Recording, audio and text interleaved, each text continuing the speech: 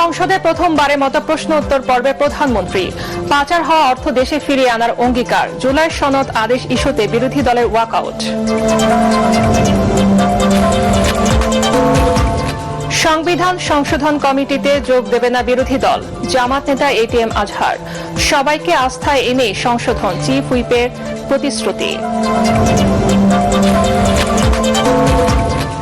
সংক্রমিত জেলাগুলোতে রোববার শুরু হচ্ছে হামের বিশেষ টিকাদান কর্মসূচি। 6 মাস থেকে 10 বছরের শিশুরা পাবে টিকা। সারা দেশে স্বাস্থ্যকর্মীদের ছুটি বাতিল।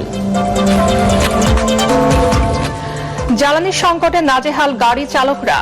রাজধানীর ফিলিং স্টেশনগুলোতে দীর্ঘ হচ্ছে যানবাহনের সারি। দেশজুড়ে চলছে অভিযান, 27,000 লিটার তেল জব্দ।